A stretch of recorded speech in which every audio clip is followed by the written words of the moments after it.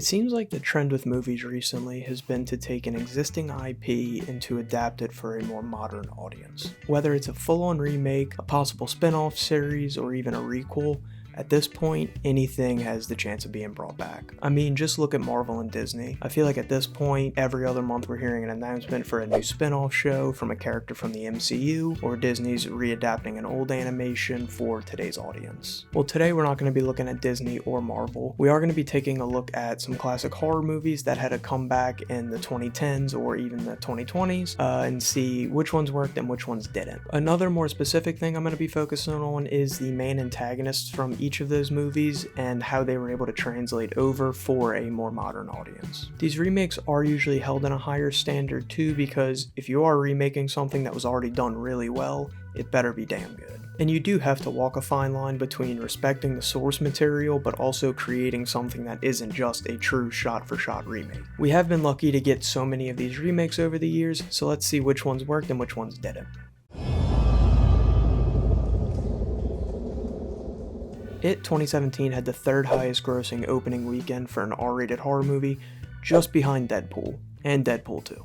The success that it had in 2017 is well deserved though. A classic Stephen King story that was only seen as a TV miniseries was bound to rake in money. Being that it was originally shown as a TV miniseries, they were definitely restricted in terms of budget and then what they could actually show happening. That's why for the miniseries we don't actually really see Georgie get attacked, rather it's just a Pennywise jump scare, versus if you look at the one in 2017, they were able to extend that scene and show everything. Speaking of Pennywise, I don't think he was the only reason it was as successful as it was, but he definitely was a major player. While Tim Curry was great in the role in the miniseries, I do think Bill Skarsgård brings Pennywise up to even a higher level. I feel like in the miniseries, Pennywise at times really does just feel like a dude dressed in a clown costume preying on children. I feel like Bill Skarsgård's version of Pennywise really does feel like an alien being from another planet who is just sent here to feed on the fear from these kids. While Skarsgård brought this iconic villain back for an entire new generation, the child actors were also able to keep up with them, bringing this whole project to life. And I'm not going to focus on it, but I think even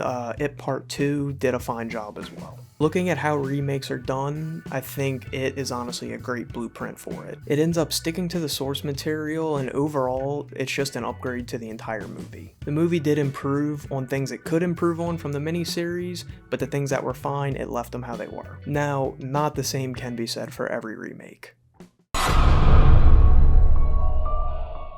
Halloween is one of the originals when it comes to the true classic slasher movie. I think it's safe to say Michael Myers can be considered a part of the big three, along with Freddy and Jason, who we'll talk about a little bit later. This trio of films does come about 11 years after Rob Zombie's attempt, so I can understand why they'd want to give it another try. I just don't think it was fully necessary.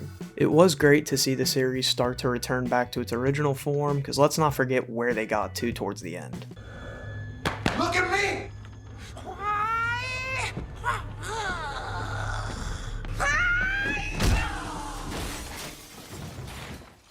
Yes, that is Busta Rhymes doing a karate move in a Halloween movie. I don't hate it, but just looking at where it came from, it's definitely different. In the 2018 Halloween, Michael Myers feels like he's back to being the Shape. He's meant to be scary and imposing, and gets right back into it without missing a beat. And although we don't get Loomis, we do get Dr. Zartane, which I thought was fine until the random switch up towards the end. While the 2018 remake does have its moments like that, I feel like the story overall was fine and Michael is back. I just wish they could have somehow wrapped everything up in one instead of making it the full trio. Like Halloween Kills, Laurie Strode is sidelined in a hospital for most of it, which we've already seen before, so that's definitely not anything new. And then by the time Halloween Ends comes around, Michael's practically invincible, and the movie just kind of feels like an arcade game at points. I really do think they would have been better off leaving it as just a one and done, but it definitely could have been worse. Now let's go ahead and take a look at a series that has killed its main villain plenty of times, but he still finds a way to come back.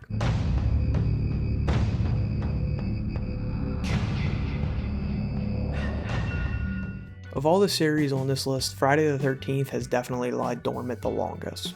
Although we got a video game back in 2017, which I think the servers are shutting down for, the last movie we got was actually way back in 2009. By this point, Jason has already been killing in space and fighting a dream demon, so how are they going to bring him back in a new way? That's right, they put him right back in the woods where he's killing young adults who were encroaching on his space.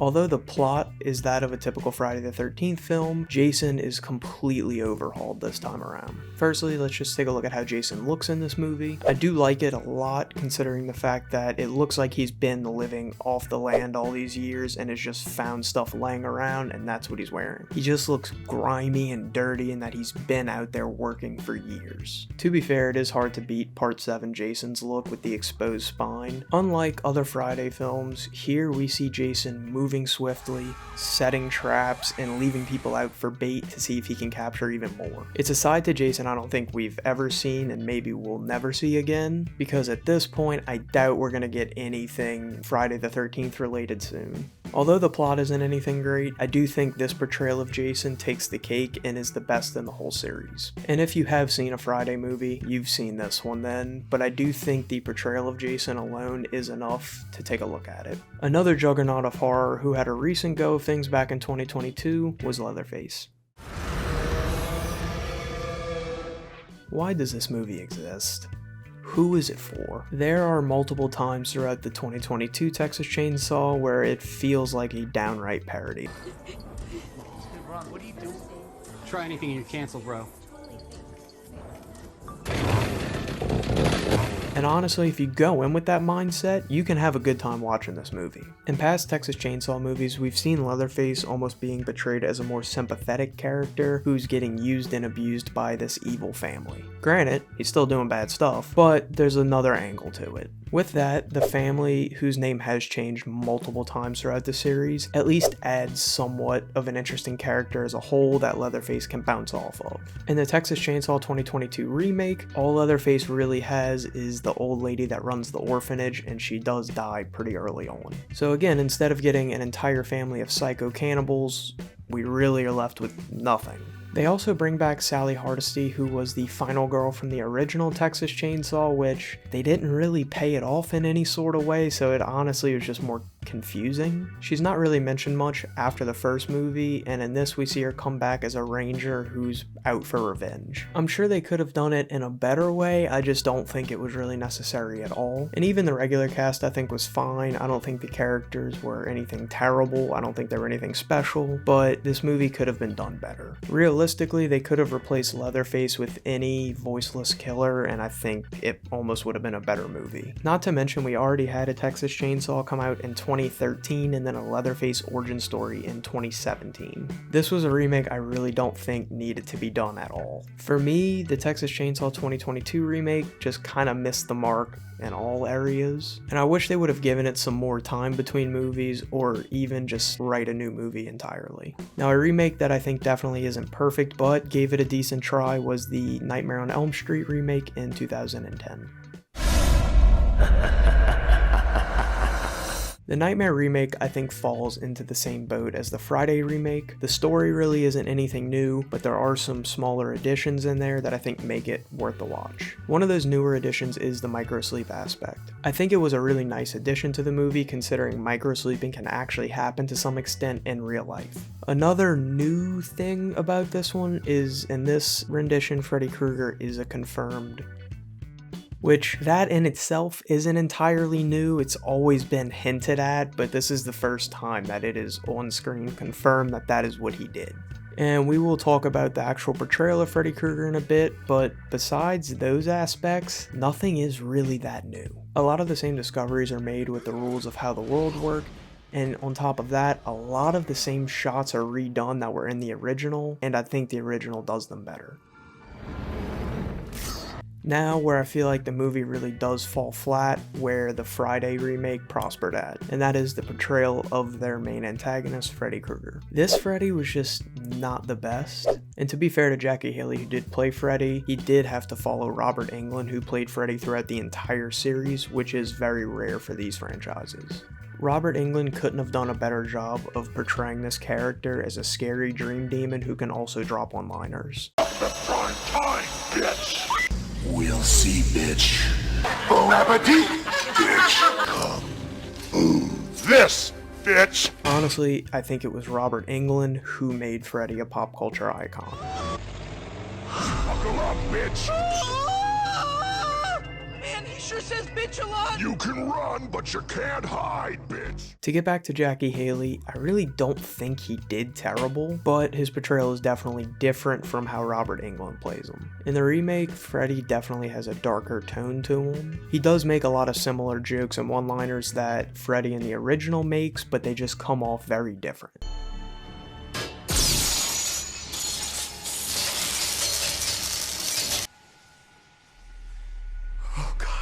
No, just me.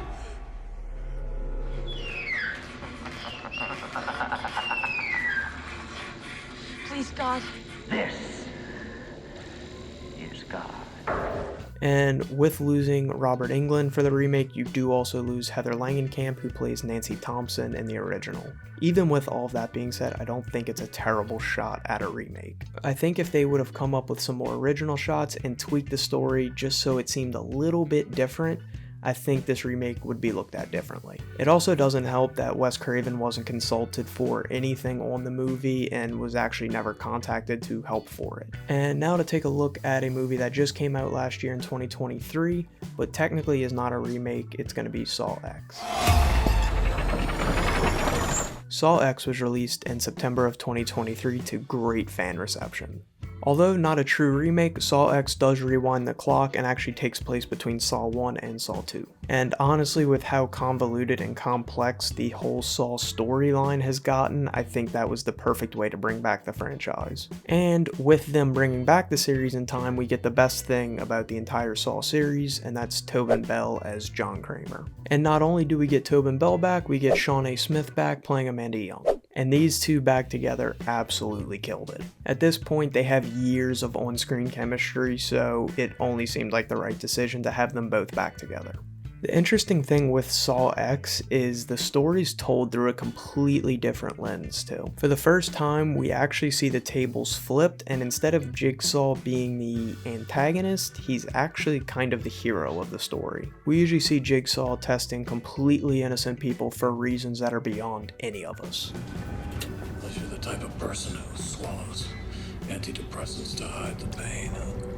But here we almost get a revenge story that sees John Kramer going after people who scammed him and promised him a new cancer-free life. It's definitely the most sympathetic portrayal of John Kramer we've seen in the entire series. I don't think he's ever made out to be a hero, but in Saw X it's definitely the closest he's gotten. And on top of that, we do get a nice change in scenery, being that this is the first Saw movie to take place outside of the US, and it takes place in Mexico. It opened up the movie for an entire new color palette and a whole array of original shots. And being a Saw movie, I'm gonna have to talk about the traps at least a little bit. In Saw X, I don't think the traps are the best that we've ever seen, but they're fine. The only thing that bugs me a little bit about them is the time constraints that went along with all of them. Those did make them feel a little more impossible than they already were. But really, that's my only complaint for Saw X. If you're gonna try to revive a franchise and bring it back to its roots, Saw X is how it's done. I wouldn't call any of the remakes I've talked about a perfect movie by any chance. Some of them are good,